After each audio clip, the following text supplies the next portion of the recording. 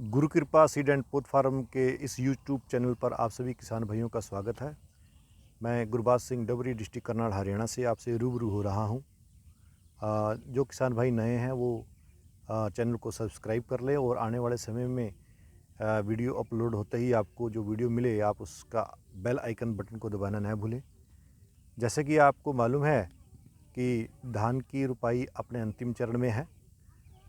किसान भाई अपनी बासमती की वैरायटियाँ पूसा 1509, 1121, 1718 की निरंतर रुपाई कर रहे हैं, लेकिन देश के कुछ ऐसे हिस्से हैं जहां पर सिर्फ परमल धान की किस्मों की ही रुपाई की जाती है।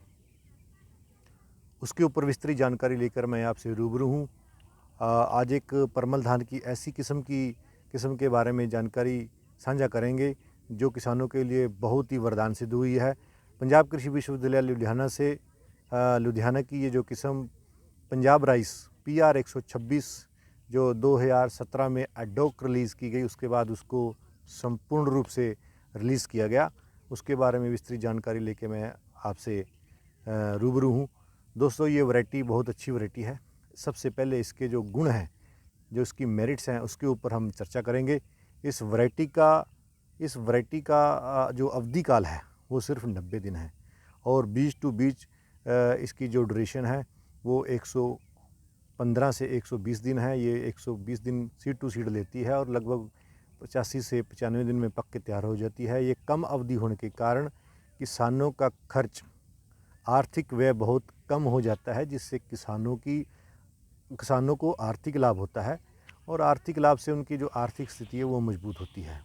स्पेशली मुख्य रूप से जो छोटे किसान हैं, जिनके पास 4-5 किले एकड़ ज़मीन है, उनके लिए यह वैरायटी बहुत अच्छी है। जो किसान अधिक व्यय नहीं कर सकते हैं, जिनके पास पूंजी पर्याप्त मात्रा में नहीं है, जिनके पास साधन पर्याप्त मात्रा में नहीं है, उनके लिए ये वैरायटी PR 126 बहुत ही कारगर सिद्ध हुई है। इस वैरायटी का जो दूसरा मुख्य लाभ है वो ये है कि इसका उत्पादन यूनिवर्सिटी के रिकॉर्ड के मुताबिक ये 30 क्विंटल के आसपास एवरेज उत्पादन दे देती है। लेकिन जब हम किसान के फील्ड की बात करते हैं, जब हम किसान के खेत की बात करते हैं, उनके अनुभव की बात करते हैं, हाँ, मैं अपना अनुभव शेयर कर रहा हूँ।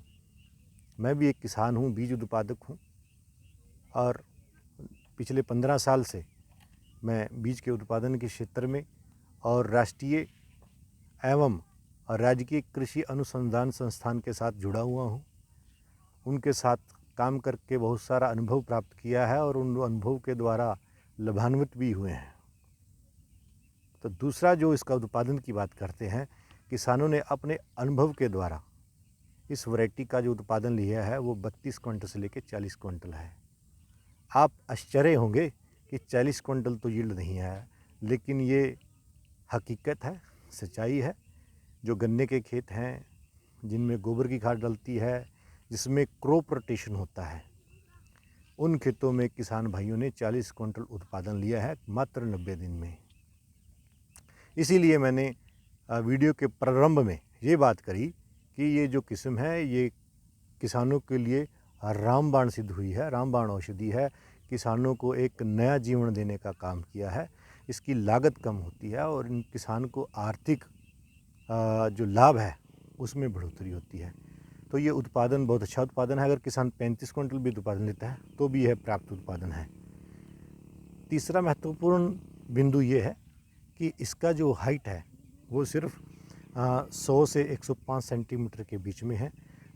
जो ज़्यादा लंबी वैरायटी नहीं है, जिसका कद ज़्यादा लंबा नहीं है और इसमें गिरने की दिक्कत ना मात्र है। गिरने की तो कोई शंका ही नहीं है, बिल्कुल नहीं गिरती। इसका तना मोटा और मजबूत होता है और खेत में खड़ी रहती है। और इसमें जब फसल गिरती नहीं है, खड़ी होकर पकती है, जब हार्वेस्ट करती है, ऑब्वियसली उसमें उत्पादन देने की क्षमता बहुत बढ़ जाती है एज़ कम्पेयर टू जो वैरायटियाँ गिर जाती हैं, जिनका कद लंबा हो जाता है, जहाँ कई बार किसान भाई रासायनिक खादों का प्रयोग अधिक कर देते हैं, जिस कारण से फसल गिर जाती है और किसान को उसका सामना करना पड़ता है, आर्थिक हानि का सामना करना पड़ता है, उनका लाभ नीचे गिर जाता है और किसान जो सा है ऋण के बोझ के नीचे दब जाता है। दोस्तों ये कुछ महत्वपूर्ण बिंदु के मैंने आपसे साझ करी, जो बहुत अच्छी वैरायटियाँ हैं, जो अच्छे बिंदु हैं इस वैरायटीज़ की जो उनसी हैं। और अब मैं जो महत्वपूर्ण चीज़ें हैं इस वैरायटी की, PR 126 ये जो वैरायटी है इसकी जो हानियाँ हैं, जो खामियाँ हैं उसके ऊपर बात करते हैं। वैसे तो इसकी कोई खामियाँ मेरे को दिखती नहीं हैं, लेकिन फिर भी किसान भाइयों ने कुछ खामियों को उजागर करने का काम किया है। सबसे पहले इसकी जो कमी है दोस्तों, वो इसमें है कि हल्दी गांठ रोग आ जाता है। जब ये फसल पकती, जब फ्लावरिंग स्टेज पे आती है PR 126, जब निसारे पे आती है और जब पकने लगती है तो इसमें हल्दी गांठ रोग आ जाता है, जिससे जो धान है उसकी गुणवत्ता का स्तर नीचे गिर जाता है, साथ के साथ उसका उत्पादन का स्तर भी निरंतर गिर जाता है, जिससे किसान को आर्थिक हानि का सामना करना पड़ता है। इस स्थिति को किस तरह से हैंडल किया जाए, इस स्थिति से किस तरह से बाहर निकाला जाए किसान को, यह बहुत महत्वपूर्ण है। और अब इसी महत्वपूर्ण का अगर समस्या है तो उसका निदान भी इस प्रकृति ने दिया हुआ है, और इसका निदान कैसे करना है उसके लिए मैं आपसे एक महत्वपूर्ण बिंदु साझा करने जा रहा हूँ। जब PR 126 की धान जब गाभे में आ जाती है, जब सिट्टा बालियाँ बाहर निकलने लगती हैं, तो किसान भाई उसमें निरंतर आप कॉपर हाइड्रोक्साइड आता है उसकी स्प्रे ज़रूर करें। निसारे से पहले की बात कर रहा हूँ, जब एक भी धान की बाली बाहर ना निकले आपने कॉपर हाइड्रोक्साइड की स्प्रे करनी है। और इसके साथ साथ मार्केट में बहुत अच्छे फंगीसाइड हैं, टेबुकोनाजोल है, एज़ोस्टोबिन है, टेबुकोनाजोल एज़ोस्टोबिन का कम्बिनेशन भी आता है, और बहुत सारे फंगीसाइड हैं, वो देने का काम करें। हम इस समस्या को पूरी तरह से कवर कर सकते हैं और किसानों को बहुत अच्छा उत्पादन प्राप्त हो सकता है। जब धान निसर जाए तो आप एक हल्का सा स्प्रे अवश्य दें।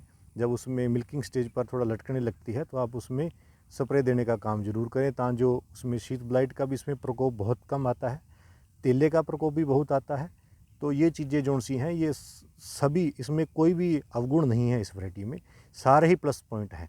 इसलिए किसान भाई जो अगेते में लगाना चाहते हैं वो अगेते में PR 26 लगाएं, मध्यकाल में लगाना चाहते हैं मध्यकाल में लगाएं, अपने अंतिम चरण में धान की रोपाई के लगाना चाहते हैं उनके लिए सबसे बेस्ट ऑप्शन है PR 126, जो बहुत ही गजब की वैरायटी साध हुई है और इसने किसानों को भरपूर उत्पादन दिया है।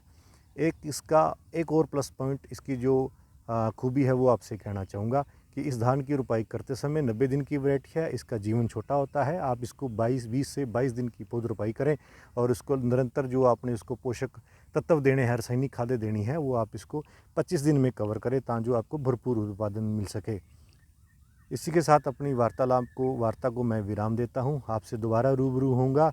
जय हिंद, जय जवान, जय किसान।